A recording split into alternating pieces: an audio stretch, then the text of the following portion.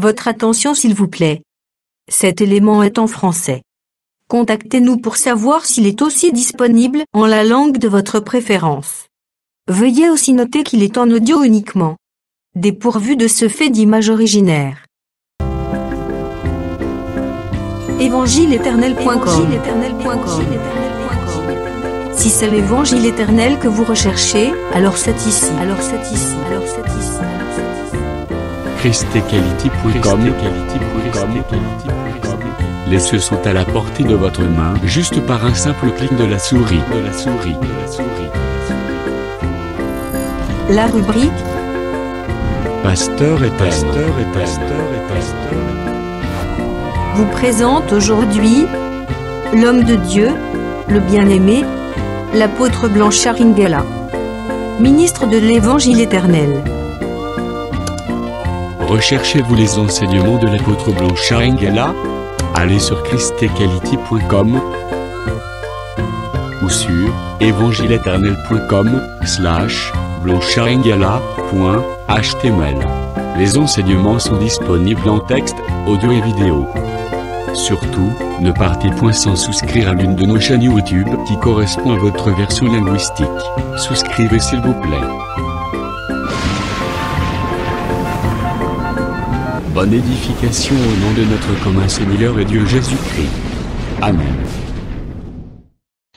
Béni soit le Dieu et Père de notre Seigneur Jésus-Christ qui nous a bénis de toutes sortes de bénédictions spirituelles dans les lieux célestes en Jésus-Christ.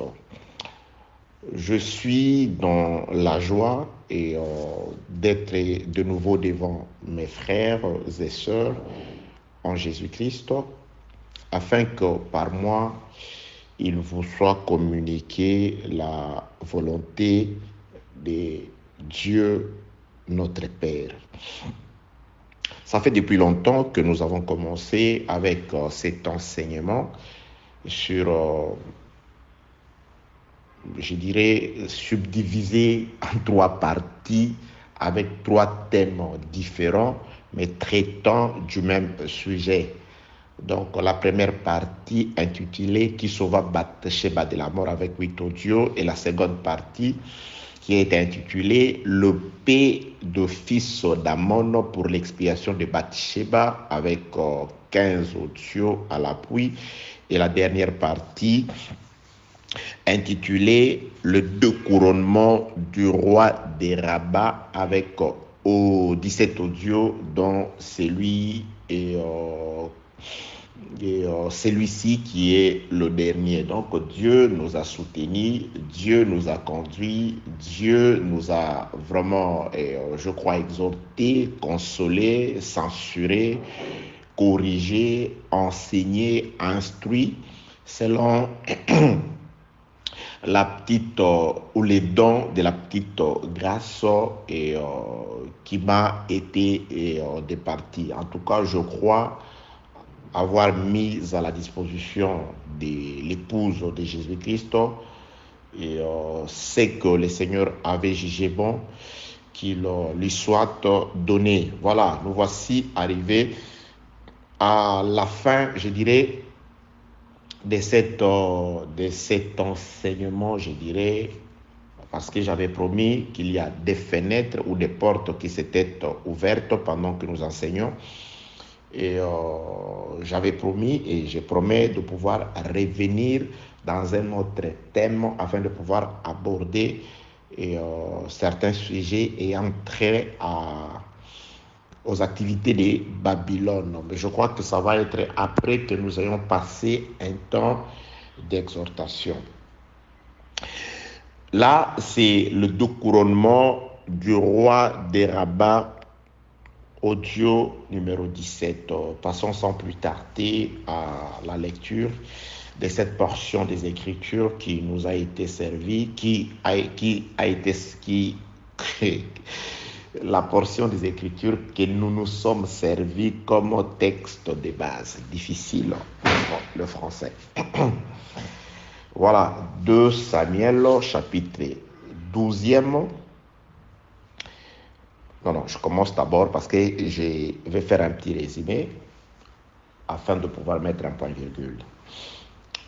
2 Samuel, chapitre 11e. L'année suivante, je commence au premier verset. L'année suivante, au temps où le roi se mettait en campagne, David envoya Joab avec ses serviteurs et tout Israël pour détruire les fils d'Ammon et pour assiéger Rabat. Mais David resta à Jérusalem. Donc là, nous comprenons que David a fait sortir toute l'armée à la tête de laquelle était un certain Joab, avec objectif ou mission d'aller détruire les Ammonites et assiéger leur ville. Mais lui, David, resta à Jérusalem. Nous allons nous poser la question, pourquoi a-t-il agi ainsi? Pourquoi David s'est-il permis de pouvoir libérer l'armée dans le but d'aller détruire les Ammonites? La raison, 2 Samuel, chapitre 10e, suivez très bien. Bien-aimés dans le Seigneur, chaque jour, nous recevons des personnes qui reçoivent l'enseignement pour la première fois. Raison pour laquelle nous avons toujours tenu à faire des récapitulatifs, de répétitions, dans le but de pouvoir embarquer tout le monde dans la barque. Nous avons toujours dit, c'est un enseignement, une suite logique d'idées, voulant transmettre une pensée quelconque venant de la part du Seigneur. Mais par l'Esprit du Seigneur, je crois qu'il nous a toujours été donné de pouvoir faire de telle sorte que chaque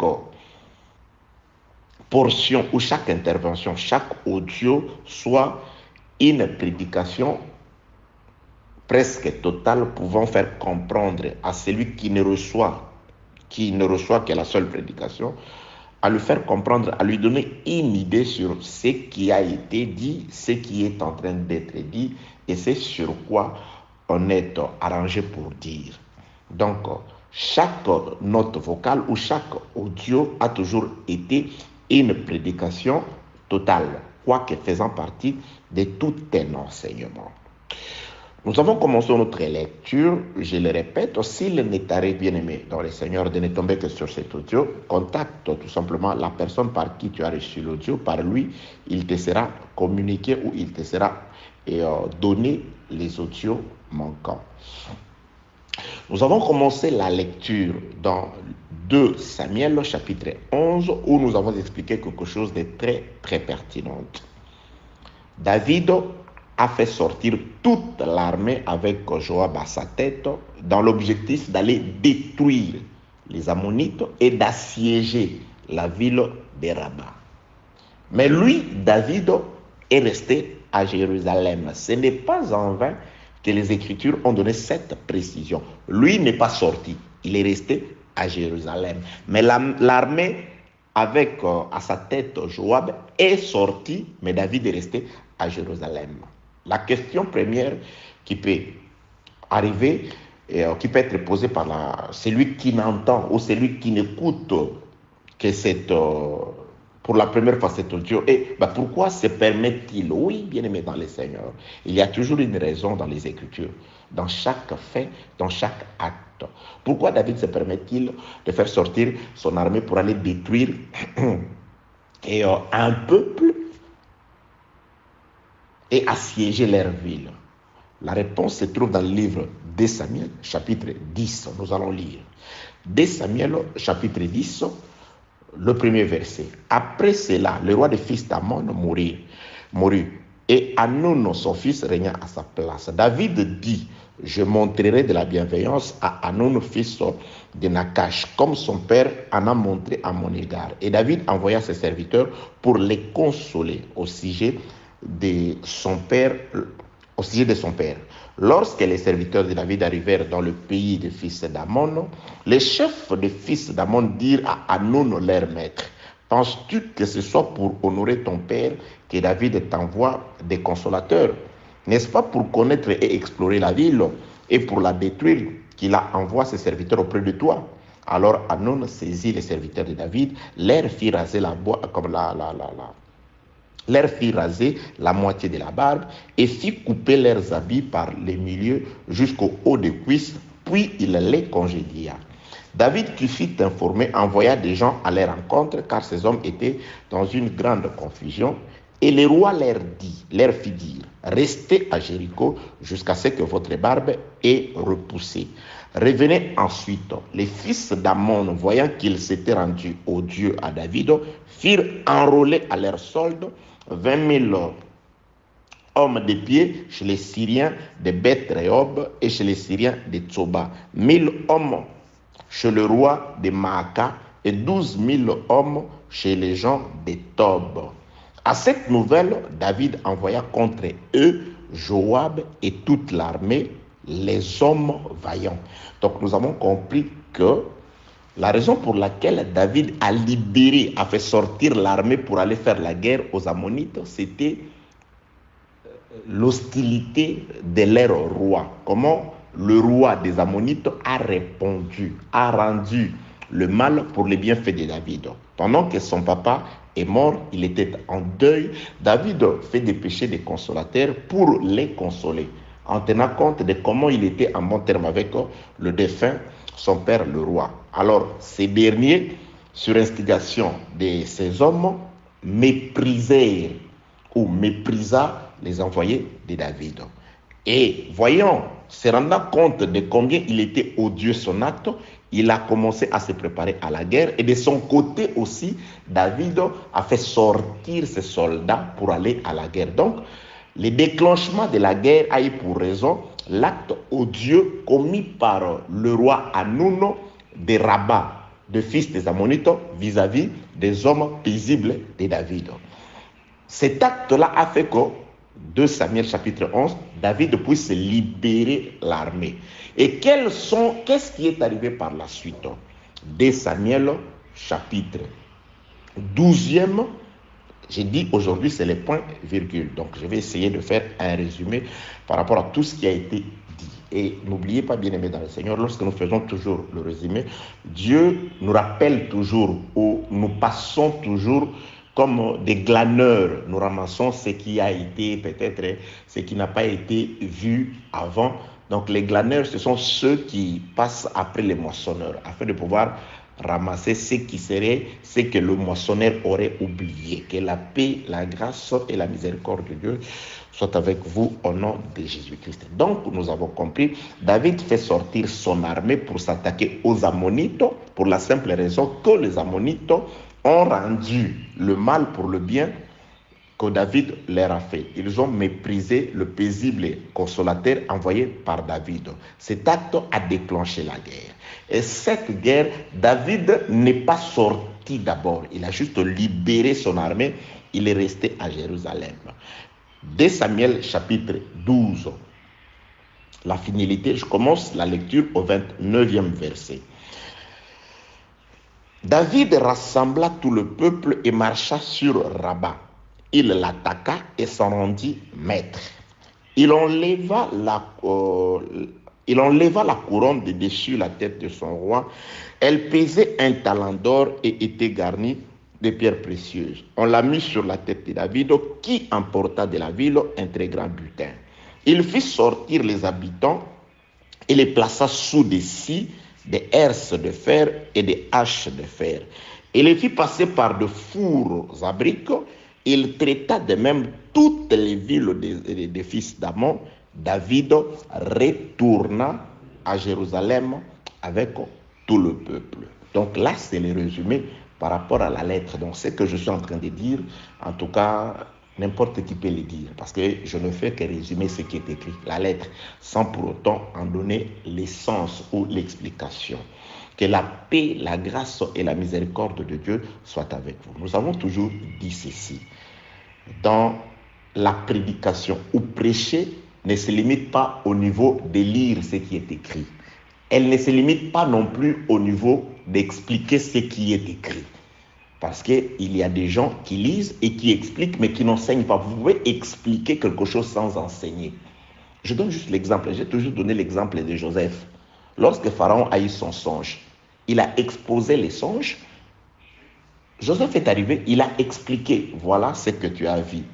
Les 7 épis que tu as vu, les 7 épis que tu as vu, les 7 vaches que tu as vu, voilà ce que ça veut dire. Là, il a expliqué.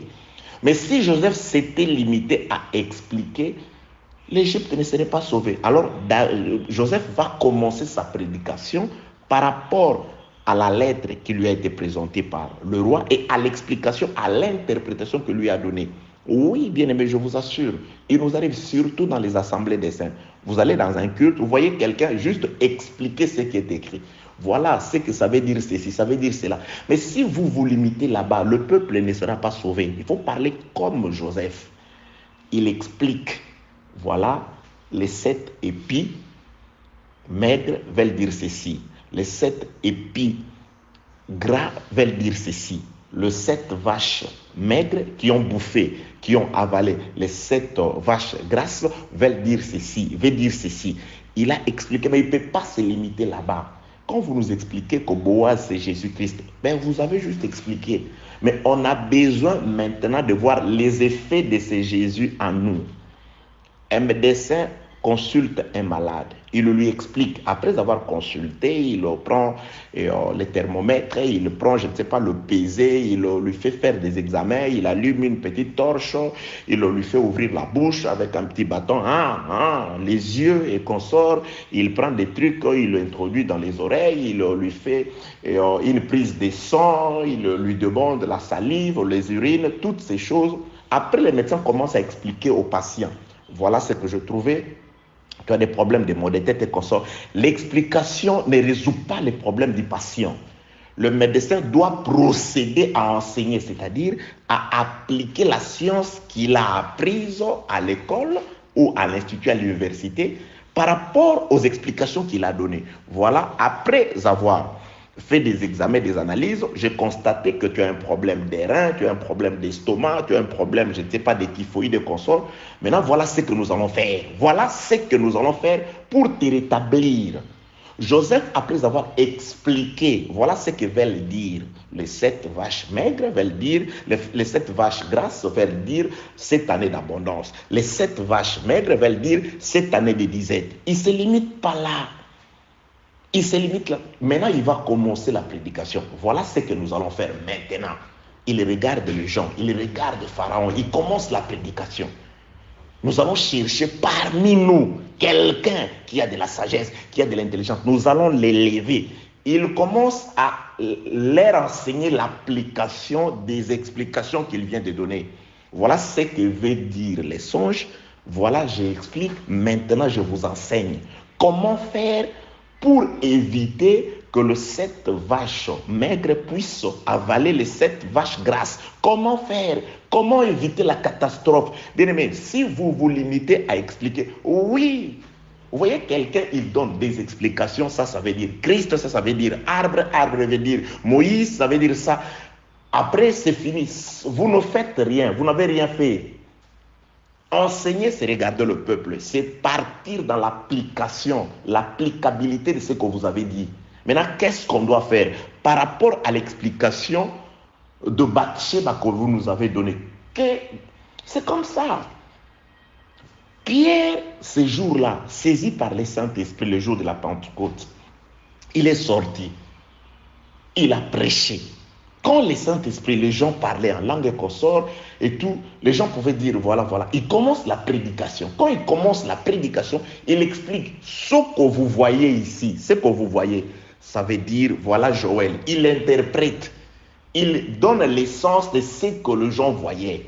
Comment les gens pouvaient parler à des langues multiples, comment les gens pouvaient prophétiser, comment toutes ces choses-là, il donne l'explication par rapport à ce qui est écrit. Et les gens qui étaient là ont compris, dit, bon, maintenant prêche-nous.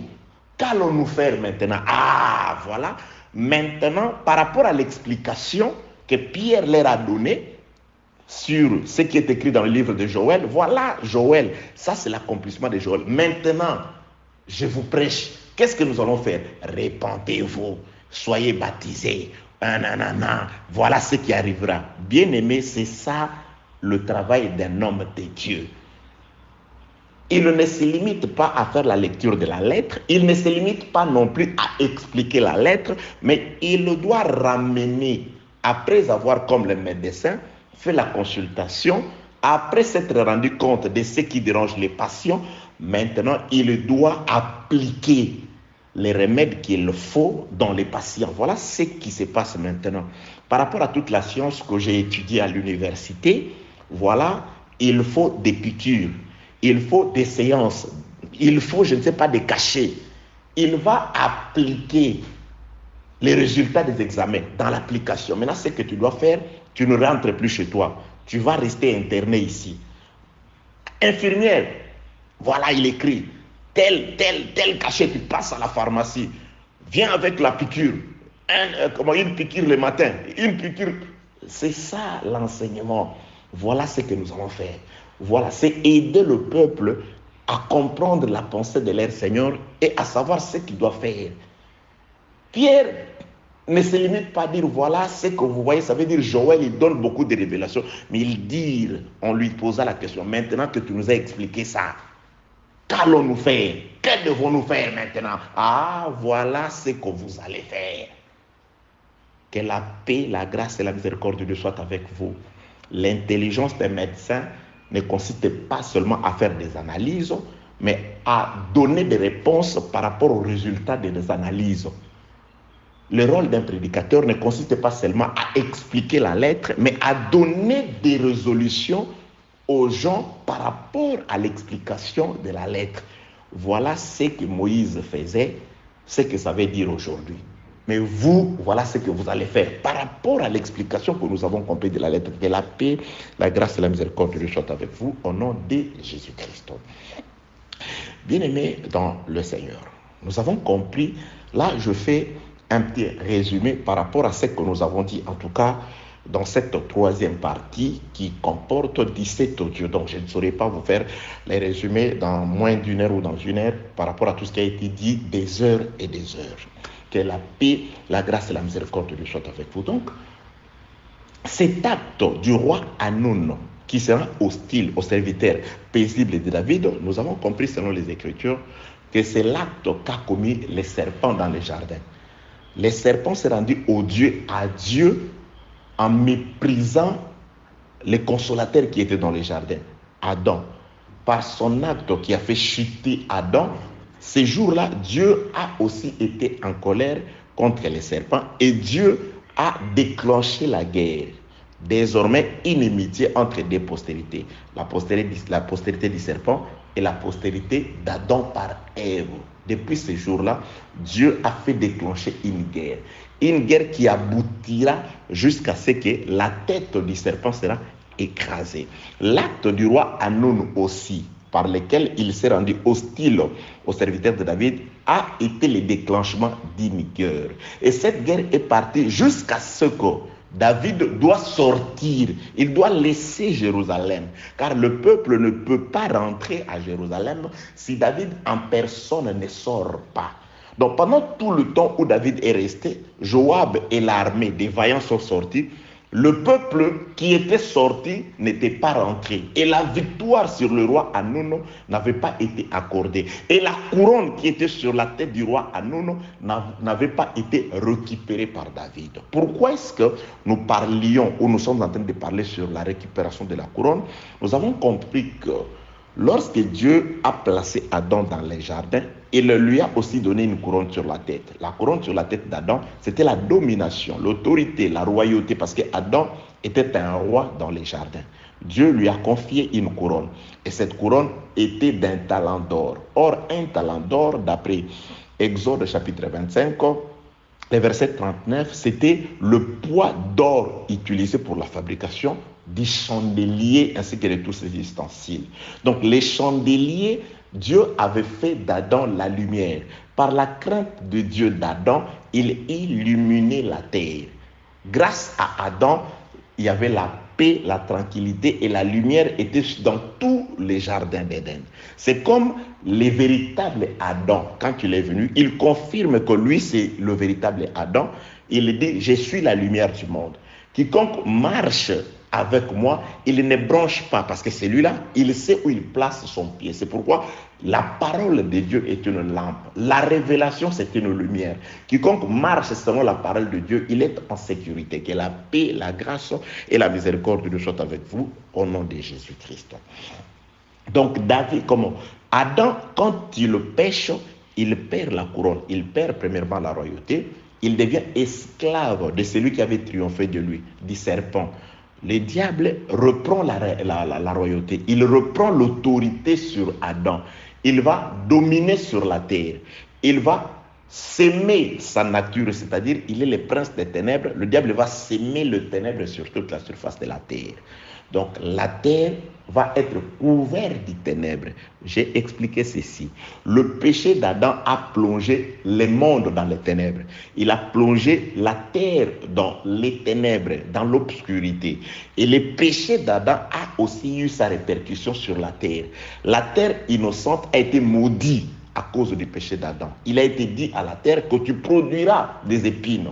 La terre qui pouvait autrefois produire de la bonne semence a été maudite à cause d'Adam. Le frère Paul, dans le livre de Romains chapitre 8, il voit ça, il dit, toute la terre a été laissée à la vanité.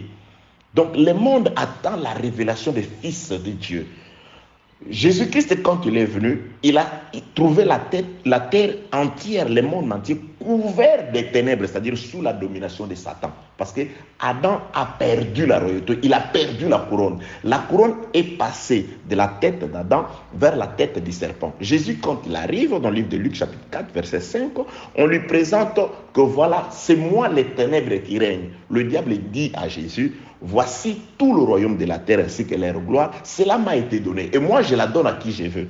Donc Jésus-Christ a trouvé les ténèbres régner, était en train de couvrir toute la surface de la terre. Lors de sa première venue, Jésus-Christ ne récupère pas, c'est-à-dire n'allume pas, n'éclaire pas la terre. Jésus-Christ ne bénit pas la terre, c'est-à-dire il ne va pas rendre à la terre sa bénédiction d'autrefois. Mais Jésus-Christ va juste par son sacrifice, il va juste récupérer une portion de gens. L'œuvre de la mort de Jésus-Christ, le monde est resté dans les ténèbres. Je vais ouvrir une parenthèse que je vais refermer très vite. Peut-être je reviendrai un autre jour dans un enseignement.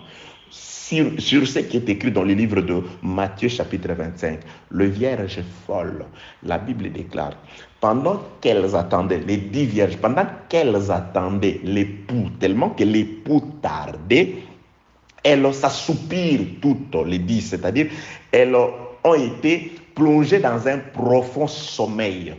Donc les temps du sommeil des 10 vierges et celles qui avaient de l'huile et celles qui n'avaient pas d'huile, toutes ont été dans le sommeil jusqu'au milieu de la nuit où une voix a crié,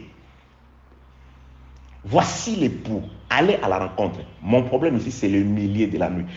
La voix du milieu de la nuit plutôt, réveille tout le monde. Cette voix ne réveille pas seulement celles qui vont entrer, mais cette voix réveille tout le monde. Et les milliers de la nuit, beaucoup de brigands s'y sont introduits pour dire, voilà, la voix du milieu de la nuit, c'est Blanchard en Côte d'Ivoire, c'est Jacques du côté, je ne sais pas, de la France, des États-Unis, du Congo, la voix du minuit, la voix du milieu de la nuit. Bien-aimés dans le Seigneur, le milieu de la nuit, ce n'est pas après l'œuvre de la croix, non. Le milieu de la nuit, cette nuit de Matthieu chapitre 25, c'est la nuit provoquée par la perte de la couronne par Adam. Parce que j'ai expliqué que cette couronne qu'on va récupérer sur la tête du roi Hanoun lors de la bataille d'Armageddon, c'est là le retour de la lumière sur la terre.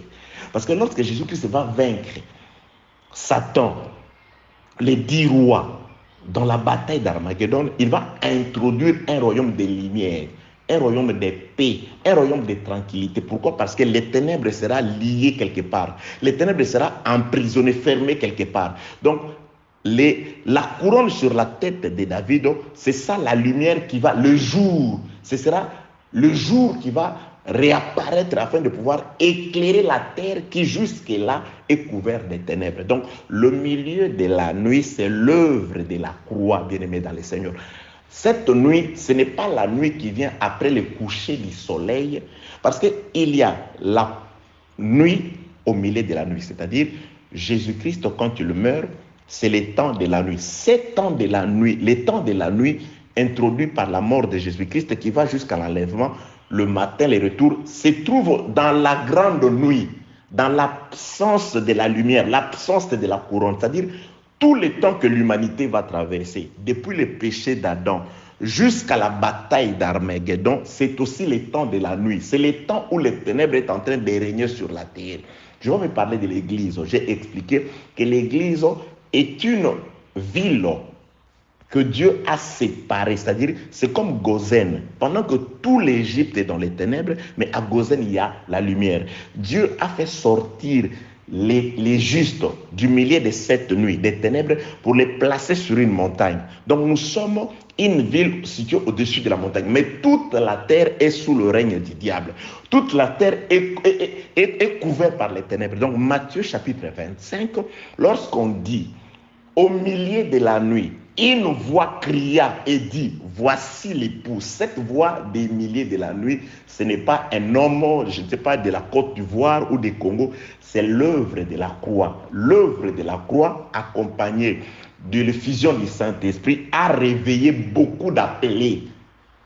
L'œuvre de la croix a réveillé beaucoup d'appelés. Donc, beaucoup d'appelés ont été réveillés. C'est pourquoi l'œuvre de la croix dit, voici l'époux. Et lorsque cette voix crie, voici l'époux, les 5 vierges ne voient pas aussitôt l'époux. Mais la Bible déclare, lorsque cette voix retentit, les 10 vierges s'émirent à la préparation des lampes. Donc cette voix-là n'introduit pas les vierges, mais les réveille et les introduit dans la préparation. C'est-à-dire, elle commence à préparer les lampes. Lorsqu'elle prépare les lampes, c'est à ce moment-là, elles préparèrent les lampes, c'est-à-dire la préparation, ils prennent des lampes, ils prennent de l'huile, ceux qui avaient de l'huile, ils mettent dans les lampes, elles allument plutôt, ceux qui n'avaient pas d'huile, lorsqu'elles essayent d'allumer leurs lampes, pendant le temps de la préparation, leurs lampes s'éteignent. C'est le verbe s'éteindre au présent. Les lampes s'éteignent pendant la préparation. Ça veut dire que pendant qu'elle s'était assoupie, pendant qu'elle dormait, les lampes aussi n'étaient pas allumées. Lorsque la voix crie, c'est maintenant, la voix dit, voici l'époux. Ils entendent que l'époux est là, mais elles entendent, voici l'époux, mais elles ne la voient pas, elles ne lui voient pas. C'est ce que le message que je suis en train de vous enseigner aujourd'hui. Vous entendez, je vous présente Christ, mais un Christ qui est esprit, sous forme de la parole. Je vous présente Christ par rapport à la parole. Et la voix dit, voici l'époux. Mais l'époux n'était pas encore là. C'est juste la voix. C'est l'enseignement de la croix. C'est l'évangile du salut, appuyé par le Saint-Esprit, qui vous présente l'époux. Parce que ce que nous présentons, c'est l'époux aujourd'hui. Mais un époux invisible à travers la parole. La voix nous introduit dans la préparation. Nous sommes en train de préparer nos lampes. C'est pendant la préparation des lampes que ceux qui ne seront pas, qui ne doivent pas entrer, doivent quitter la scène. Bien-aimés dans le Seigneur, les lieux de rendez-vous, l'église, il y a beaucoup d'appelés. Nous sommes plusieurs, mais je vous annonce qu'avant que le l'époux ne vienne, il y a des gens qui vont nous laisser. Il y a des gens qui vont nous dire au revoir. C'est comme ça. Parce que le nombre des gens qui vont entrer dans l'arche est connu. Ceux qui ne doivent pas entrer, avant que Dieu n'introduise Noé et sa famille, doivent quitter la maison de Noé. Donc nous sommes plusieurs. Nous sommes là. Nous avons entendu la voix. Plusieurs personnes ont écouté, ont accepté l'enseignement. Mais elles ne demeureront pas. Elles vont nous laisser. Tout simplement parce que leurs lampes seront défaillantes.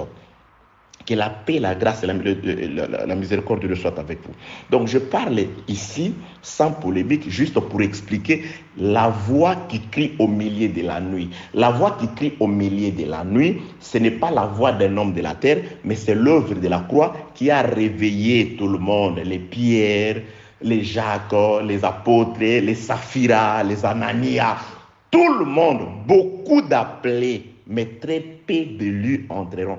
Pendant que les 5 folles se sont écartées du lieu de rendez-vous, c'est à ce moment-là que l'époux va arriver. C'est-à-dire, ne verront le visage de l'époux que ceux qui avaient des lampes allumé par rapport à ce qui est écrit dans le livre d'Éphésiens, chapitre 5e. Éphésiens, chapitre 5e. Éphésiens, chapitre 5e, le verset 14e. C'est pour cela qu'il est dit, réveille-toi, toi qui dors, relève-toi d'entre les morts, Christ t'éclairera. Prenez donc garde de vous conduire avec circonspection, non comme des vierges insensées ou non comme des insensés, mais comme des sages. Tu vois ici, c'est pourquoi j'ai toujours dit, le Saint-Esprit avait tout prévu que les apôtres viennent nous expliquer le sens de certaines paraboles, des paraboles. Je fais la lecture de Éphésiens chapitre 5, verset 14. C'est pour cela qu'il est dit, réveille-toi, toi qui dors, relève-toi d'entre les morts, et Christ t'éclairera. Prenez donc garde de vous conduire avec circonspection, non comme des insensés, mais comme des sages. C'est-à-dire, parmi ceux qui se réveillent, il y a des insensés, il y a des sages. Parmi les appelés, il y a des élus, il y a des non-élus. Donc, j'ai dit ça par rapport aux cris du milieu de la nuit. Les cris du milieu de la nuit, c'est-à-dire la nuit qui a commencé depuis la chute d'Adam, qui prendra fin à l'arrivée du jour. Le jour est un homme, Jésus, et la nuit est un homme, est un esprit, le diable. Donc nous sommes là, le monde est couvert par le ténèbre. C'est la nuit qui règne, c'est le règne des ténèbres. Mais au milieu de la nuit, pendant ces temps, il y a eu plutôt une voix qui a crié au milieu de la nuit. L'œuvre de la croix, c'est le milieu de la nuit. Et cette voix, lorsqu'elle a crié, c'est une voix qui nous a réveillés. Nous tous qui étions morts par le péché d'Adam, c'est-à-dire le vierge folle et le vierge sage, nous sommes tous endormis. Le sommeil, c'est le fait qu'Adam s'en va en dehors du jardin. Elles avaient pris de l'huile et des lampes, elles sont sorties. Pendant ce temps-là, elles s'assoupirent. Le temps du sommeil, c'est le temps de la mort. Et ce qui nous réveille, c'est les cris du milieu de la nuit, c'est l'œuvre de la croix, c'est la mort de Jésus. La mort de Jésus nous réveille. Et quand on se réveille, il y a plusieurs personnes, jusqu'à ce jour, plusieurs personnes suivent le mouvement. Et quand je prêche, ce ne sont pas tous ceux qui m'appellent, qui me disent qu'ils aiment l'évangile, qui sont réellement des élus. Ça, je m'en vais nous dire ça. Il y a toujours dans une maison les vases destinés à la colère et les vases destinés à la miséricorde. C'est comme ça. C'est Dieu qui a fait que les choses soient ainsi. Il y a des gens qui persévèrent avec nous. À un moment, elles iront voir de l'huile ailleurs. Or, l'huile qui est introduite, qui fait voir les visages de la femme, ce n'est pas l'huile qu'on va chercher chez les marchands, mais c'est de l'huile qu'on vient avec avant les temps du sommeil. C'est de l'huile qui est partie avant les temps du sommeil. C'est cette huile-là qui maintient la lampe pendant la préparation et qui permet à ce qu'on puisse rester. Parce que la parole de Dieu donnera toujours l'odeur de la vie pour les prédestinés à la vie et l'odeur de la mort pour les prédestinés à la mort. L'évangile, Dieu dit, puisque certaines personnes n'ont pas voulu recevoir la vérité, Dieu doit leur envoyer une puissance de garima, c'est-à-dire un esprit qui va les éloigner du lieu de rendez-vous. Car il y a un lieu de rendez-vous dans la parole, dans la persévérance. Il y a des gens, vous ne comprenez pas, mais ces frères ont commencé avec nous. Ces frères étaient là avec nous. Bien aimés, quand les gens nous quittent, c'est que dans peu de temps, l'époux va apparaître. Et il ne faut pas qu'elle voie, ou ces vierges, ces folles-là voient l'époux. C'est ça. Dans le désert, Dieu avait déjà divisé des catégories. Ils étaient nombreux. Mais après que les enfants d'Israël aient déclaré, je crois dans le livre de Nombres, chapitre 13 et 14, que non, voilà, après avoir écouté le message des 10 espions, parmi les 12, qui a découragé le peuple, et les peuples se sont dit, la population s'est dit, nommons un chef et retournons en Égypte. Pendant qu'il y avait des tumultes, Dieu a parlé. Il a divisé le peuple d'Israël en deux catégories. La catégorie des gens qui resteront là, qui continueront à manger la manne, qui continueront à voir la colonne de feu, mais qui n'entreront pas. Il dit, ceux qui sont sortis de l'Égypte, qui ont été dénombrés qui ont été comptés dans les dénombrements, qui avaient 20 ans au-dessus. Tous ceux-là n'entreront pas, ils mourront ici. Mais ils étaient là avec les Israélites. Ils continuaient à manger la manne. Ils continuaient à bénéficier de toutes les faveurs de Dieu. Mais leur mort avait déjà été dit par Dieu, déclarée plutôt dite par Dieu. Et il y avait des gens, Dieu dit, bon, tous ceux qui avaient moins de 20 ans, les enfants que vous avez dit vont mourir, ce sont ces enfants-là qui entreront. Donc, c'était comme ça.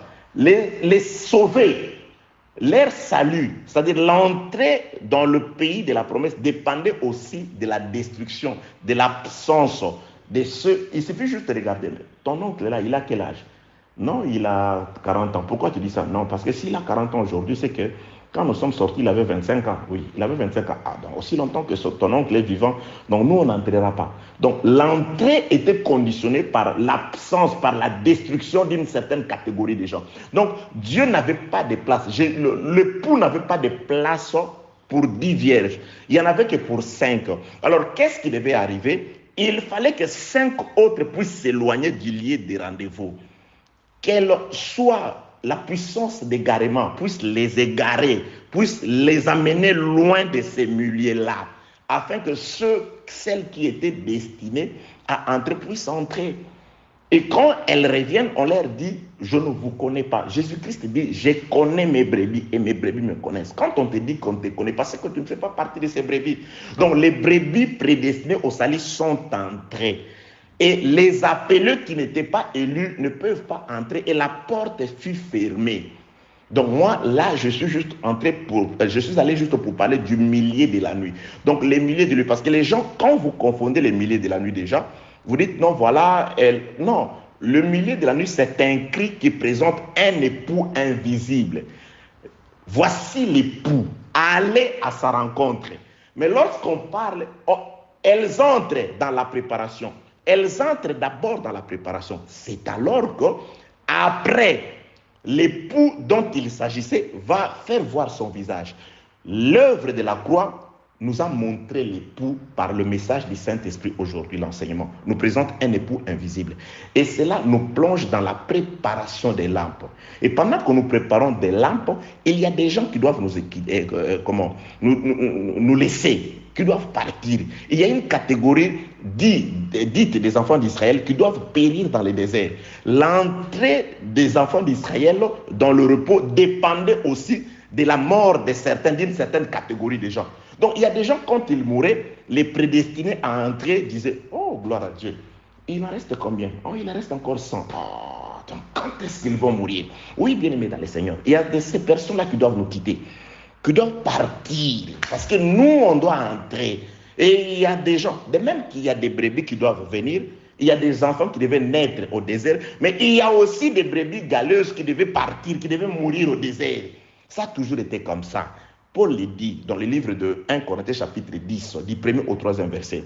Ils sont sortis tous, ils ont profité, ils ont été baptisés à Moïse dans la mer Rouge et sous la colonne de feu, de nuée. Ils ont bu à ces breuvages spirituels qui les suivaient, c'était Christ. Ils ont mangé le pain qui descendait du ciel. Mais tous ne sont pas entrés. C'était tous des appelés par la mort de l'agneau en Égypte. Mais une catégorie de gens est resté, mais c'était des Israélites, c'était des appelés. Une portion seulement est entrée, 10 vierges. Par rapport, virginité, c'est par rapport à l'appel. On les a appelés, beaucoup d'appelés, peu d'élus. Il y a un nombre réservé d'élus. Parmi nous, les appelés, c'est pourquoi il y a des gens, je ne sais pas ta catégorie, peut-être que tu nous quitteras, peut-être que tu vas persévérer, tout dépend de Dieu. Le frère Paul dit, Romains chapitre 9, cela ne dépend ni de celui qui veut, ni de celui qui court, mais de Dieu qui fait grâce à qui fait grâce. Si tu es un élu, un prédestiné, sache que tu persévéreras. Quel que soit que pour les autres, la parole sera dure, tu diras, où irons-nous encore? Car c'est toi qui as la parole de la vie. Que la paix, la grâce et la miséricorde soient avec vous. Donc, je parle de la perte de la couronne par Adam qui a introduit les ténèbres, et ces ténèbres vont demeurer. Jésus-Christ, quand il est venu, il n'a éclairé qu'une portion de gens. Les ténèbres demeurent jusqu'à ce jour, c'est-à-dire le monde est sous les ténèbres. Le milieu de la nuit, c'est par rapport à l'œuvre de la croix. Là, on a crié. ils ont eu besoin de lampes. Nous avons besoin de lampes. Nous sommes dans la préparation des lampes. Ce sont des lampes allumées qui nous conduiront jusqu'à voir le visage de l'époux. Et pendant que nous préparons de lampes, dans la nuit toujours, il y a des gens qui manqueront d'huile, les lampes s'éteindront, elles se déplaceront, elles s'éloigneront du lieu des rendez-vous. Le lieu des rendez-vous, c'est la parole, bien-aimé. Dieu retrouvera sa femme dans la parole. Le seul lieu des rendez-vous, c'est la parole. C'est pourquoi je vous annonce la parole. C'est pourquoi je me réveille de mon sommeil pour vous annoncer la parole.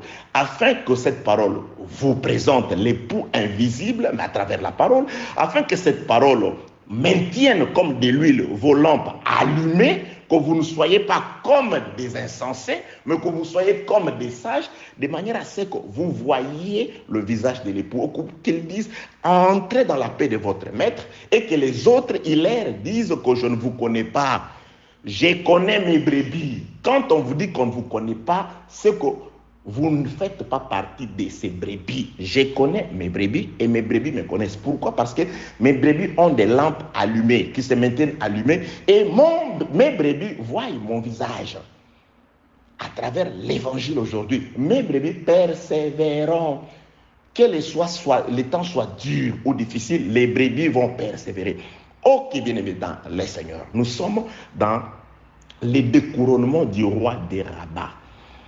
Donc, le découronnement du roi des Rabat arrive, on lui récupère la couronne sur la tête qui pèse un talent. Cette couronne-là, Adam l'a perdue. C'est la gloire qu'a perdu Adam, c'est la royauté qu'a perdu Adam. C'est pourquoi, lorsque David récupère la couronne, il détruit les Ammonites, il met la couronne sur sa tête, c'est-à-dire c'est la récupération du royaume. Je nous avais expliqué ceci. Il est écrit dans le livre de Matthieu. Jésus-Christ dit ceci: tout pouvoir m'a été donné au ciel et sur la terre. Le ciel, je l'avais dit, c'est une maison, c'est un royaume. L'Église aujourd'hui, c'est la présence du ciel sur la terre. Le frère Paul le dit aux Éphésiens, chapitre 2. Oui, Éphésiens chapitre 2, je crois. Je ne sais pas les versets, Éphésiens. Il dit quelque chose comme: notre vie est cachée en Dieu avec Christ, pas sur la terre, mais dans les lieux célestes. Dans les lieux célestes. Dans les lieux célestes. Donc, spirituellement, Dieu ne nous voit plus sur la terre. Nous sommes les habitants du ciel aujourd'hui. Jésus-Christ règne au ciel aujourd'hui. Régner au ciel veut tout simplement dire, il règne dans les cœurs des croyants. Il règne dans le cœur ou dans l'enceinte de l'église. Dans son temple, il règne. Mais pas encore sur la terre. Il a dit à Pilate: je suis roi, mais mon royaume n'est pas de la terre. Donc, mais Jésus-Christ doit venir afin d'accomplir Matthieu chapitre 21, où il dit: tout pouvoir m'a été donné au ciel et sur la terre. Il doit, au temps de millénium, devenir le roi du ciel et de la terre. Il doit régner au ciel et sur la terre. Lui est la lumière. Pour le moment, la lumière n'éclaire que le ciel. La terre est dans les ténèbres. Mais quand il reviendra combattre et vaincre, il va éclairer et le ciel et la terre. Raison pour laquelle le prince des ténèbres sera enfermé. Pourquoi? Parce qu'il n'aura pas d'activité. Pourquoi? Parce que le jour viendra. Lui, la nuit, les œuvres des ténèbres ne pourront pas. Pendant 1000 ans, ce sera le temps du jour, le temps du règne de Christ. Il va régner sur le ciel et sur la terre. L'accomplissement de ce qu'il a dit dans Matthieu: tout pouvoir m'a été donné au ciel et sur la terre. Pour le moment, ce sont les rois de la terre qui sont en train de régner. Pour le moment, c'est des rois qui prennent des lois, qui nous maltraitent parfois, qui votent certaines lois qui sont même... voilà. Donc, c'est-à-dire, mais Jésus-Christ va récupérer le royaume de la terre. Il va confisquer la couronne qui se trouve sur la tête du diable pour le moment, que le diable a présenté à Jésus dans le livre de Matthieu, chapitre 4, verset 5. Le royaume de la terre et la gloire de la terre. C'est pourquoi il est écrit que la terre, la couronne sur la tête du roi Hanoun était non seulement d'un talent, mais aussi elle était truffée de pierres précieuses. Donc Jésus-Christ va récupérer le royaume de la terre ainsi que toute leur gloire qui pour le moment est sous la puissance des ténèbres. Que la paix, la grâce et la miséricorde de Dieu soient avec vous. Là, je suis en train de résumer. Donc, le ténèbre, les grands ténèbres, parce qu'il y a le petit ténèbre et le grand des obscurités. Les grandes obscurités sur la terre ont commencé par la perte de la couronne. Adam tombe, la lampe est confisquée, c'est le ténèbre qui règne. Et ces ténèbres-là sur la terre, je répète une fois de plus, sera vaincu. Le prince des ténèbres sera vaincu dans l'Armageddon et ce sera la lumière. Jésus-Christ va finalement allumer. Mais pour le moment, il y a une lumière qui n'allume qu'une catégorie des gens. Le petit troupeau. Cette lumière, c'est l'évangile, c'est la parole. Et cette lumière est dans quiconque reçoit l'évangile. Dans quiconque Dieu donne la force de pouvoir marcher selon cet évangile.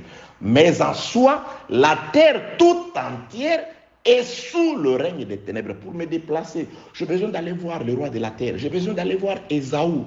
Parce que Ésaü, c'est le magistrat. Ésaü a l'épée. Jacob a dit à Ésaü, tu te nourriras de ton épée. Et le frère Paul dit dans Romains chapitre 13, ce n'est pas le magistrat, ils sont là pas pour une bonne cause. Dieu leur a donné l'épée. C'est pourquoi Jacob, quand il rentre, pour accomplir Romains chapitre 13, il doit s'agenouiller devant Ésaü. Il s'agenouille devant Ésaü. Oui, c'est l'autorité qu'ont le roi de ce monde.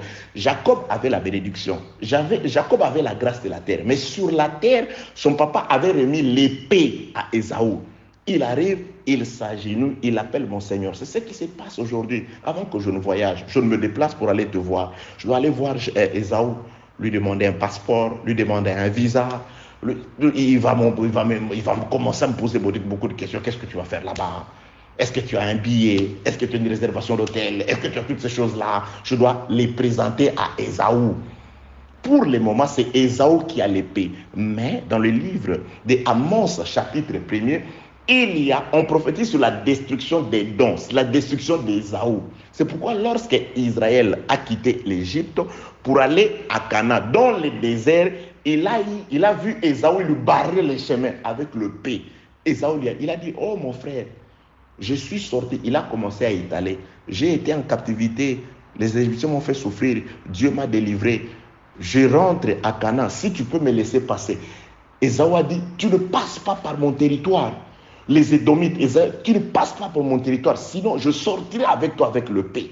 Et Amos prophétise, il dit, Ésaü est donc, je te détruirai parce que lorsque mon peuple sortait, tu es sorti avec lui, contre lui avec l'épée. Que la paix, la grâce, la miséricorde de Dieu soit avec vous, bien-aimés dans les Seigneur. Il faut voir ces choses. Cette épée-là qui a donné à Ésaü, c'est Jacob, Dieu. Il a donné la grâce de la terre, toute la bénédiction à Jacob, mais pour mettre des limites, pour que Jacob ne devienne pas orgueilleux, il a donné l'épée. C'est pourquoi Jésus-Christ pouvait dire à Paul qu'il te sera dur de régember contre les aiguillons. Bien aimé, un enfant de Dieu, tu ne peux pas te révolter contre la parole, contre les aiguillons. C'est-à-dire, si tu te révoltes, les aiguillons te piquent. C'est pourquoi un enfant de Dieu, bien aimé, quand tu trouves que tu marches dans le mal, tu vis une vie désordonnée et que rien ne t'arrive, non. Aux enfants de Dieu, il leur sera dire de régember, c'est-à-dire de se révolter contre les aiguillons. Les aiguillons, c'est la parole de Dieu. La parole nous encadre. La Bible déclare, il ne faut pas aménager la verge pour l'enfant, car la verge sépare l'enfant de la sottise. Lorsque Dieu voit que tu es un prédestiné, il va te frapper. Et quand il te frappe, c'est dans l'objectif de pouvoir te séparer de la bêtise.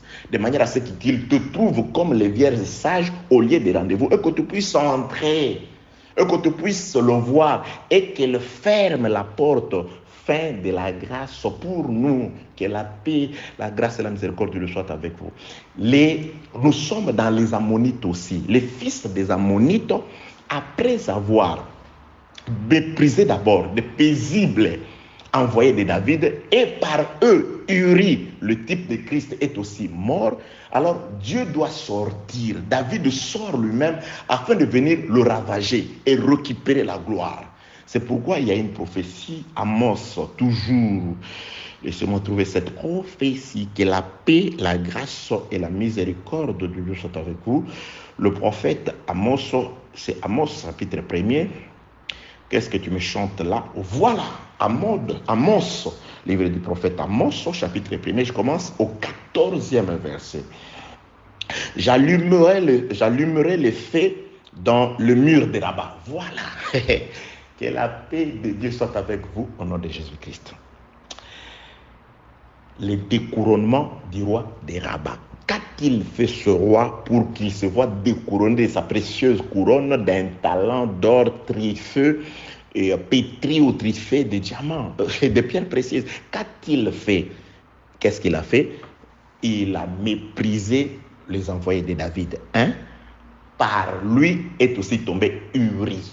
Nous avons expliqué, c'est le serpent ancien. Par lui, Adam, le premier, est tombé. C'est toujours le serpent, le diable. Par lui, le second, Adam, est toujours tombé. C'est pourquoi j'avais ouvert une parenthèse sur le double meurtre. 2 fois la mort d'Adam. Il est mort premièrement quand il est arrivé. Et il meurt plutôt à son départ, afin que s'accomplisse ce qui est écrit dans le livre de Deutéronome chapitre 28. Je suis dans Amos, mais je vais nous lire Deutéronome chapitre 28. Double meurtre. Deutéronome chapitre 28. Attendez. Deutéronome chapitre 28. Je commence d'abord, j'introduis dans le livre Deutéronome 28, 15. Mais si tu n'obéis point, là Dieu s'adresse à Israël. Si tu n'obéis point à la voix de l'Éternel ton Dieu, si tu n'observes pas et ne mets pas en pratique tous ces commandements et toutes ces lois que je te prescris aujourd'hui, voici toutes les malédictions qui viendront sur toi et qui seront ton partage. On parle d'Israël. Or, dans les livres d'Exode, Dieu s'adressant à Israël, il l'appelle mon premier-né. Dieu dit à Moïse, va dire à Pharaon de libérer mon fils, mon premier-né, car Israël est mon premier-né. Donc là, Dieu parle de son premier-né. Il dit, premier-né, si tu désobéis, voilà la malédiction sur le premier-né de Dieu. Je saute, j'atterris au verset 19. Deutéronome 28, toujours 19. Bien aimé, j'insiste sur le passage d'Écriture car je voudrais que tout ce que je nous dis vienne de l'argile entre les mains du potier. Le potier ne ramasse pas l'argile 2 fois. Il a pris l'argile dans le livre de Jérémie. Dieu, pour instruire à Jérémie, il l'a envoyé dans la maison du potier. Le potier ramasse l'argile entre les mains du potier. Il fait avec un vase. Le potier se rendit compte que ces vases-là n'ont pas réussi. Il les détruit. Avec la même argile, il fit avec la même argile un autre vase. Dieu dit, ainsi vous êtes entre mes mains, je pourrais vous détruire. Donc il parlait de la nouvelle alliance, de l'ancienne alliance. Dieu a conclu une alliance, l'argile entre les mains des potiers, la loi. Dieu, avec la loi, il a conclu une alliance avec Israël. Cette alliance-là n'a pas marché. Dieu va détruire cette alliance-là. Il va encore faire une alliance nouvelle par le sang de Jésus. Mais avec la même argile, ça veut tout simplement dire, je ne peux pas inventer. C'est ce que Dieu a dit à Israël à travers la loi. C'est-à-dire, quand on vous prêche, on ne doit vous montrer que ce qui est écrit. C'est la même argile. Il n'a pas déposé cette argile pour aller chercher ou en rajouter d'autres. C'est la même argile. La grâce, c'est l'explication de la loi qui est écrite. C'est pourquoi les apôtres, quand ils prêchaient, ils n'avaient pas Éphésiens. Ils n'avaient pas les livres de Pierre, ils n'avaient pas les actes des apôtres. Ils prêchaient par rapport à la loi. Paul cherchait à convaincre, d'après ce qui était écrit dans la loi, les prophètes et les psaumes, la même argile avec laquelle on fit la première alliance, c'est la même argile. C'est ce qui est écrit. C'est pourquoi j'ai toujours insisté. Je répète, dès Samuel, j'ai toujours répété que la paix, la grâce et la miséricorde de Dieu soient avec vous. Deutéronome chapitre 28, vous avez compris, bien aimé dans le Seigneur, qu'il s'agit du premier-né, Israël. On dit, si le premier-né n'observe pas la parole, voici plusieurs châtiments. Nous, ce qui nous retient, c'est ce qui est écrit dans le livre comme dans le verset 19. Tu seras maudit à ton arrivée. Tu seras maudit à ton départ. Donc le premier-né sera maudit 2 fois. À l'arrivée, il est maudit. Au départ, il est maudit. Ça veut dire quoi? Ça veut dire quoi? Oui, le premier-né de Dieu, avant d'être Israël, c'était d'abord Adam. La Bible déclare, c'est le premier Adam. C'est par lui que nous, tous qui existons, sommes sortis de cet homme d'Adam. Par cet Adam-là, oui, lorsqu'il a désobéi cet Adam-là, il a été maudit. C'est ça, Adam, l'arrivée de Dieu. Bien aimé, Dieu est entré dans le monde par Adam. Il a pris l'argile, il a soufflé, c'est-à-dire Dieu est entré dans Adam. C'est pourquoi, lorsque l'homme a péché, dans le livre de la Genèse chapitre 7, Dieu dit, mon esprit ne demeurera pas pour toujours dans l'homme. C'est-à-dire, Dieu était dans l'homme, il était dans Adam. C'est-à-dire, ça c'est l'arrivée. Et quand Dieu est arrivé sur la terre, dans le corps d'Adam, à cause du péché, il a été maudit. Non, la terre, oui, bien aimé, quand on te dit tu mangeras la sueur de ton enfant, quand on dit à ta femme c'est ta douleur, tout ce qui a été dit, la terre te produira des épines, ce n'est pas une bénédiction. Adam a été maudit. Et comme Adam ne pouvait pas être seulement maudit à l'arrivée, il doit aussi être maudit au départ lorsque Adam part. C'est-à-dire lorsque l'esprit part, sort, Père, je remets mon esprit en Jésus à la croix. Ben, il est écrit, maudit soit quiconque est pendu au bois. Or, Jésus-Christ, par la mort, il a été maudit. Il a été considéré comme maudit, frappé des hommes. Pourquoi? Parce qu'il avait porté sur lui les péchés de l'humanité. Quand Dieu les regarde, toi, tu portes les péchés, donc tu deviens pécheur. Dieu n'exaucant pas les pécheurs, allez, maudissez-les. Afin que s'accomplisse Deutéronome chapitre 28, le verset 19. Tu seras maudit à ton départ et tu seras maudit à ton arrivée. Tu seras maudit plutôt, j'ai renversé. À ton arrivée, quand Dieu entre sur la terre, il entre dans les morts. Et à ton départ, quand Dieu doit sortir du corps de la chair, afin qu'aujourd'hui Dieu devienne esprit à travers la parole. Que la paix, la grâce et la miséricorde soient avec vous. Donc par là, je voudrais dire, la première malédiction est arrivée par les serpents et la seconde malédiction est aussi arrivée à cause du serpent. Le serpent, diable, il fait tomber les premiers Adam. Satan entra dans Judas et Judas va voir les sacrificateurs et ainsi de suite. Satan fait tomber quant à la chair aussi les seconds Adam. Vous voyez le double meurtre. Satan sur Adam, Adam le premier et Adam le deuxième. Ça accomplit Deutéronome 28, 19, maudit à l'arrivée et maudit au départ. Et cela arrive à cause de Satan. Et quand l'homme sort, il sort pour venger Satan. Vous voyez? Donc il va sortir pour la vengeance. Il sort donc, l'Armageddon, c'est la vengeance. Il vient venger par rapport au double meurtre. Que la paix, la grâce et la miséricorde soit avec vous. Je rentre dans le livre d'Amos pour finir. Amos, chapitre 1er. Je commence la lecture au 14e verset. Nous parlons du roi Hanoun, le roi de Rabat. Parce que c'est celui qu'on découronne, c'est le roi de Rabat. Qu'a-t-il réellement fait? Nous avons expliqué ce qu'il avait fait. Maintenant, on vient le détruire. David sort lui-même parce que quand il a libéré le peuple n'a pas obtenu la victoire. Il faut qu'il quitte Jérusalem. Il doit sortir de sa cachette, de sa retraite, afin d'aller combattre, détruire les villes, récupérer la couronne. C'est-à-dire, le jour doit réapparaître sur la terre. La terre qui a été maudite doit recevoir la bénédiction. À la place des épines, doit pousser les cèdres. Que la paix, la grâce et la miséricorde soient avec vous. Amos chapitre 1. Maintenant, Dieu, par le prophète Amos, prophétisait déjà sur le roi de Rabat. Mais en soi, c'est une prophétie qui ne parle pas seulement du roi de Rabat. Ici, le roi de Rabat, c'est juste une illustration qui parle du roi, des rois de la terre, de Satan. Comment on viendra l'anéantir? C'est pourquoi je nous conseille vraiment de suivre attentivement si c'est que Dieu nous a expliqué et que nous serons capables de pouvoir vous les transmettre. En tout cas, vous allez comprendre beaucoup de choses dans les activités de Babylone. C'est là où vous allez comprendre que Ézéchiel chapitre 28, 27, 28, 29, en soi, le roi de Tyr, ce n'est pas le diable. C'est juste une illustration. Parce que Tyr est un royaume qui a existé comme ça. Et ce roi, il a existé. Donc c'est juste une illustration, oui effectivement, qui parle des aspects, de certains aspects du prince de ce monde des ténèbres. Parce qu'il y a des gens, je te chasse, roi de Tyr. Tu chasses roi de Tyr, il est déjà mort cet individu. C'est comme le roi Nebuchadnezzar.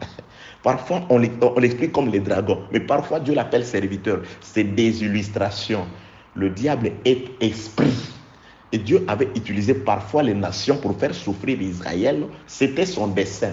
Mais en soi, Pharaon, ce n'est pas le diable, mais il prend la forme. Dieu illustre. Il veut parler d'un esprit, mais à travers soit un individu, soit un animal, soit un objet. C'est comme ça. La pierre parle de Christ, la pierre parle aussi de l'incrédulité. Les lions parlent de Christ, les lions parlent aussi du diable. Que la paix, la grâce et la miséricorde de Dieu soient avec vous.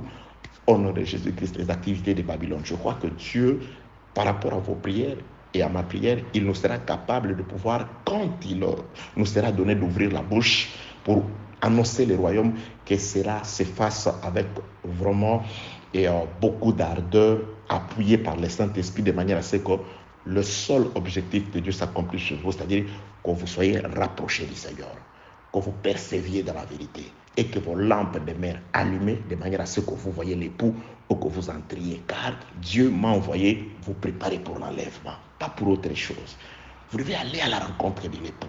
Et pour cela, vous devez avoir des lampes allumées. Et je sais que vous avez de l'huile non achetée chez les marchands, parce que les marchands, allez lire Apocalypse chapitre 18.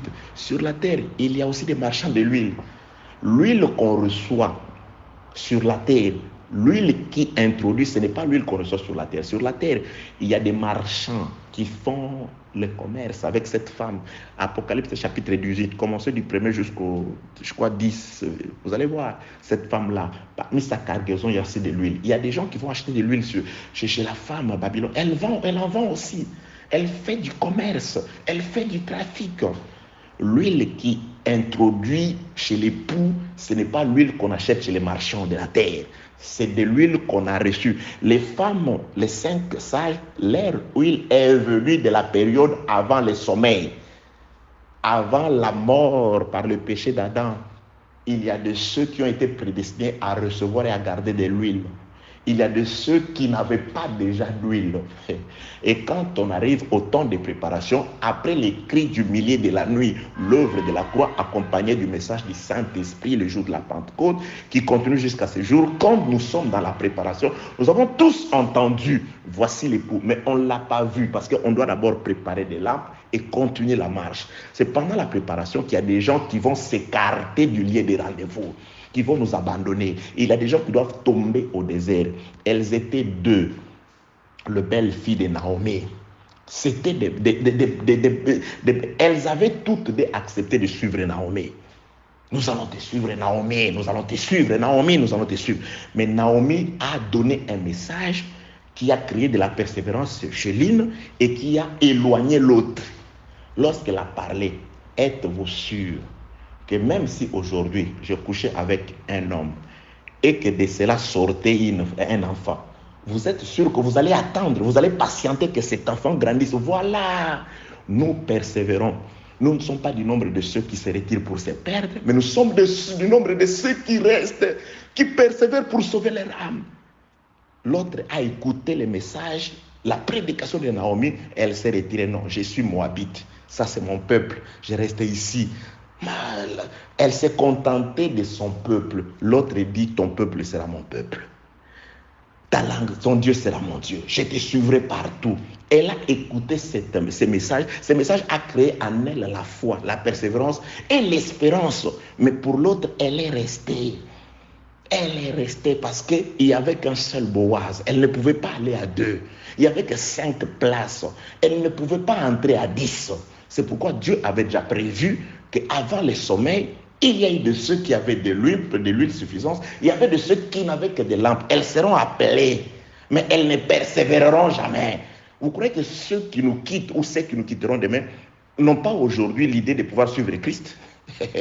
Oh là là, ceux qui sont sortis, quand Moïse chantait et Myriam, je suis dans le livre de Exode chapitre 15, même ceux qui sont péris en désert, ils chantaient, louez l'Éternel, il a précipité les eaux. Ils ont chanté comme certains chantent aujourd'hui, certains louent, certains prêchent, mais il y a des gens qui tomberont au désert. Lorsque l'ange vient sortir Lot, il retire Lot, sa femme et les enfants, mais tous les 4 ne peuvent pas aller. Il y a toujours des gens qui restent. Comme l'autre belle sœur de Naomi doit rester, Ruth doit persévérer, aller malgré. Quand elle arrive à Bethléem, elle écoute l'explication de ce que Naomi avait dit. L'enfant, c'est Boaz. On lui parle, on lui révèle. C'est pourquoi, bien aimé, à l'extérieur, quand nous prêchons à l'extérieur, il y a des choses qu'on ne dit pas. Naomi, quand elle a prêché à Moab, elle n'a pas parlé sur la deuxième possibilité du mariage qui était par les proches parents. Elle a juste parlé d'elle. Mais quand elles sont arrivées sur le terrain, dans la ville du Père, c'est là où elle commence à révéler les choses. Ne t'en fais pas. Même si je ne mets pas au monde un fils par moi-même, mais il y a une probabilité. Cette probabilité-là, cet enseignement-là, l'autre là ne l'avait pas écouté parce qu'elle n'a pas persévéré. Que la paix, la grâce et la miséricorde de Dieu soient avec vous. Amos chapitre 1er. J'allumerai le feu dans le mur des rabbats et il en dévorera les palais. J'allumerai le feu dans les villes des rabbats. Vous voyez, Dieu déjà prophétise sur le feu qui doit être allumé dans le ville des rabbats. J'allumerai le feu dans le mur des rabbats et il en dévorera les palais. Au milieu des cris de guerre, le jour du combat, au milieu de l'ouragan, au jour de la tempête, et leur roi s'en ira en captivité, lui et ses chefs avec lui, dit l'Éternel. Vous voyez ici, Amos parle plusieurs années après. Il prophétise sur la ville de Rabat, que Dieu va allumer le feu sur la ville de Rabat. Et quand il prophétise, David a déjà accompli cet acte. Ça veut tout simplement dire, et l'acte accompli par David, qui constituait à détruire les villes de Rabat, à récupérer la couronne, ainsi que la prophétie d'Amos, s'accompliront au temps marqué. Et le temps marqué, c'est l'Armageddon. Après l'Armageddon, c'est-à-dire pendant l'Armageddon, Dieu va allumer le feu par Jésus-Christ. Et quand il a allumé le feu, il embrasera. Là, ce sera le crocodile qui apparaîtra. Il va bouillonner les fonds de la mer. Je l'ai déjà expliqué. Quand il bouillonne le fond de la mer, la Bible déclare, à son passage, après le passage du crocodile, je suis dans le livre de Job, chapitre 41, il va bouillonner, il va faire bouillonner les fonds de la mer, de l'abîme, comme on bouillonne, comme on chauffe du parfum, et ensuite, après son passage, il va laisser le chemin allumé, éclairé, et l'abîme revêtira la chevelure du vieillard. L'abîme va revêtir la chevelure du vieillard. Or, la chevelure du vieillard, c'est une couronne de gloire, dit le livre de Proverbes. Donc, ce sera une couronne, l'abîme sera couronné. La couronne qui a été confisquée, l'abîme la recevra. Que la paix, la grâce et la miséricorde de Dieu soient avec vous au nom de Jésus-Christ. Je vais dire tout simplement, Dieu sort, je vais finir, Dieu sort quand il va sortir pour aller combattre, ça va être pour la jalousie. La jalousie à cause de la double meurtre, aussi à cause d'un viol. Pourrais-je vous parler? Ok, je termine, hein? Je suis arrivé, je vous prends juste 5 minutes, je vous explique quelque chose très vite. Je prends le livre de Deutéronome. Vous savez que j'aime ces passages d'écriture, Deutéronome chapitre 22. Je fais la lecture. Je commence au 23e verset. Si une jeune fille vierge est fiancée et qu'un homme la rencontre dans la ville et couche avec elle, vous les amènerez tous soudés à la porte de la ville. Vous le lapiderez et ils mourront. La jeune fille pour n'avoir pas crié dans la ville et l'homme pour avoir déshonoré la femme de son prochain. Tu ôteras ainsi le mal du milieu de toi. Mais si c'est dans le champ que cet homme rencontre une jeune femme fiancée, lui fait violence et couche avec elle, l'homme qui aura couché avec elle sera puni de mort. C'est la seule punie de mort. Et tu ne feras rien à la jeune fille. Elle n'est pas coupable d'un crime digne de mort, car il n'en est de ces cas comme de celui où Caïn se jette sur Abel. Non, il est écrit comme... Alléluia, j'aime Dieu. Tu ne feras rien à la jeune fille, elle n'est pas coupable d'un crime digne de mort, car il en est de ce cas comme de celui où un homme se jette sur son prochain et lui ôte la vie. La jeune fille fiancée que cet homme a rencontrée dans le champ a pu crier sans qu'il y ait eu personne pour les secourir. Donc, c'est-à-dire, lorsque dans les champs, un homme fait violence à une vierge, pas blanchard, Dieu, il compare cet acte, c'est-à-dire un homme qui fait violence à une jeune fiancée, pas dans la ville, mais dans les champs. Dieu lui-même, bien aimé, parfois, c'est pas moi, c'est Dieu qui interprète, dit, ces cas-là, les violeurs, c'est Caïn, c'est-à-dire, c'est le cas d'un homme qui se jette sur son prochain et lui ôte la vie. Or, nous savons, il y a eu un homme qui s'était jeté sur son prochain et lui a ôté la vie dans les champs, mais c'est Caïn. Donc, c'est-à-dire, bien aimé, vous voyez ici, n'est-ce pas que j'ouvre, là je vais encore ouvrir une porte pour vous parler de la violence. Dieu est merveilleux. Un homme qui rencontre une jeune fille dans les champs et lui fait violence. La fille, on ne lui fera rien. C'est-à-dire, Abel, on ne lui fera rien. Parce qu'elle a beau crier, mais il n'y avait personne. Et Dieu compare cet acte, le viol dans les champs d'un homme par une vierge. Dieu, Nzambe, il compare cet acte à un homme qui se jette sur son prochain et lui ôte la vie. Or, l'homme qui s'était jeté sur son prochain et lui ôta la vie dans les champs, c'était Caïn qui s'est jeté sur Abel et lui a ôté la vie. Vous voyez l'interprétation déjà, là nous voyons les violeurs, c'est Caïn et la victime c'est Abel. Abel, que Dieu vous soit loué. Je mets ça entre parenthèses. Ici, je voudrais dire ceci. Par rapport au passage des Écritures que j'avais donné hier, du livre des Proverbes, chapitre 6e. Proverbes, chapitre 6e. Livre des Proverbes, chapitre 6e. Je vais finir aujourd'hui sur les points virgule. Je ramasse par ici, par là. Proverbes, chapitre 6e. Le verset 34. Car la jalousie met un homme en fureur, et il est sans pitié au jour de la vengeance. Il n'a égard à aucune rançon et il est inflexible quand même tu multiplies les dons. La jalousie met un homme en fureur. Il est sans pitié au jour de la vengeance. Donc la jalousie met Dieu en fureur. La jalousie, pourquoi? Parce que Dieu a laissé sa femme, son épouse, Adam, la bien-aimée épouse que Dieu est allé chercher. Il l'a chérie, il l'a donné tout. Par la suite, le diable est venu, il a mis sa sémence. Ça, Dieu est en colère. Le jour où il se manifestera pour venger Adam, ce n'est pas fini. Aujourd'hui, je nous ai donné l'exemple d'un homme qui croise une jeune fille. Et quand l'homme croise la jeune fille fiancée, Paul dit, je suis dans le livre de 2 Corinthiens chapitre 11, du 1er au 3e verset.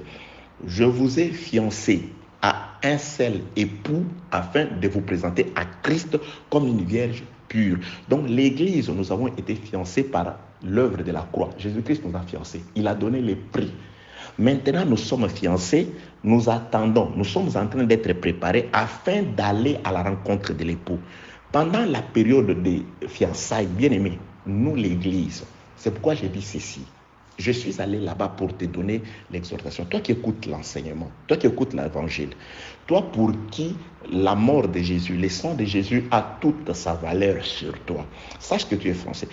Chaque fois que tu reçois une autre sémence, c'est comme en ville, c'est-à-dire en présence des prédicateurs, en présence de beaucoup de gens. Quand tu acceptes l'esprit de l'erreur, quand tu acceptes ton enseignement, quand tu écoutes la parole, mais que tu ne la pratiques pas, tu es comparable à cette vierge fiancée qu'on fait violence en pleine ville. La Bible déclare le 2 et les violeurs et toi, vous allez mourir. Après avoir écouté la vérité, il n'existe plus de pardon des péchés, bien-aimés dans le Seigneur. Quand tu écoutes cette parole, tu dois la pratiquer. Tu ne dois pas te laisser violer par le diable, c'est-à-dire en acceptant autre chose ou en pratiquant autre chose. Tu écoutes l'enseignement de Dieu, mais tu pratiques les œuvres du diable. Tu es comparable à cette femme qui a été fiancée, c'est-à-dire qui entend l'enseignement. Le sang de Jésus-Christ a eu sa valeur pour toi, mais tu laisses n'importe qui te parler. Tu laisses n'importe qui t'inspirer. Tu te laisses conduire par n'importe quel esprit. La Bible déclare, et les violeurs déjà, il n'a pas d'excuse. Et toi, là, il n'y a pas d'excuse. Mais pour une femme qui a été violée, une vierge, fiancée, violée dans les champs, c'est-à-dire, il n'y a personne. Oui, je comprends. Lorsqu'une personne, une prédestinée à la vie, pendant que nous étions encore dans le monde, dans la mondanité, dans ces églises d'hommes, nous écoutions, il n'y avait personne qui pouvait nous secourir. Mais pas aujourd'hui. Aujourd'hui, nous sommes en ville. Il y a des prédicateurs, il y a la parole, nous sommes à Jérusalem. Il y a l'église, il y a l'évangile. Nous l'écoutons, nous qui avons cru, les prédestinés. C'est pourquoi Dieu, sans tenir compte des temps de l'ignorance, Il ne tient pas compte des temps de l'ignorance. Ce que le diable nous faisait autrefois, c'était comme les viols dans les champs. Il n'y avait personne, il n'y avait pas Christ, c'est-à-dire l'enseignement pour nous secourir. Mais aujourd'hui, tu n'as pas d'excuse. Tu n'as pas d'excuse, bien-aimé, ma soeur, mon frère. Tu n'as pas d'excuse. Je te compare à une vierge qui est dans la ville. Il faut faire très attention. Il n'existe plus de pardon des péchés. Bien-aimé, tu ne peux pas continuer à pécher volontairement. Tu ne peux pas continuer à demeurer dans le mensonge volontairement. Donc, par là, je voulais tout simplement dire, pour les violeurs, il n'y aura pas d'excuse. Et pour le moment, le violeur est en train de continuer son travail. Il est en train de violer, il est en train de faire du mal, mais lorsque l'homme sortira, Proverbe 6, 34, car la jalousie met un homme en fureur. Il est sans pitié au jour de la vengeance. Le jour de la vengeance, c'est le jour où il sortira finalement pour mettre du feu dans les villes de Rabat. Et quand il viendra anéantir toutes les villes de Rabat, il va récupérer la couronne, la gloire, l'autorité. Ainsi s'accomplira ce qui est écrit dans l'Écriture. Tout pouvoir m'a été donné au ciel et sur la terre. Jésus-Christ sera le Seigneur du ciel et de la terre. Il va régner sur les élus, il va régner sur Israël et il va régner sur toutes les nations de la terre. Pendant ce temps, celui qui cause la mort sera hors état de nuire. Celui qui cause les ennuis, toutes ces choses-là, celui-là sera hors état de nuire. Pour aujourd'hui, je vous dis tout simplement, bien-aimés dans le Seigneur, nous devons reconnaître que nous avons trouvé grâce. Pas tout le monde. Pendant que toute la terre est couverte de ténèbres, toi, tu as reçu la grâce de la lumière. Et la lumière, c'est l'enseignement. Marche selon l'enseignement. Tu seras comparable à cette vierge qui est dans la ville, qu'on veut violer. Elle crie. Les gens viendront, se saisiront du violeur et le violeur sera condamné. Et toi, tu ne seras pas condamné. Pourquoi? Parce que tu as crié. Parce que tu as dit non au mensonge. Parce que tu as dit non à la mauvaise vie. Parce que tu as dit non au mauvais comportement.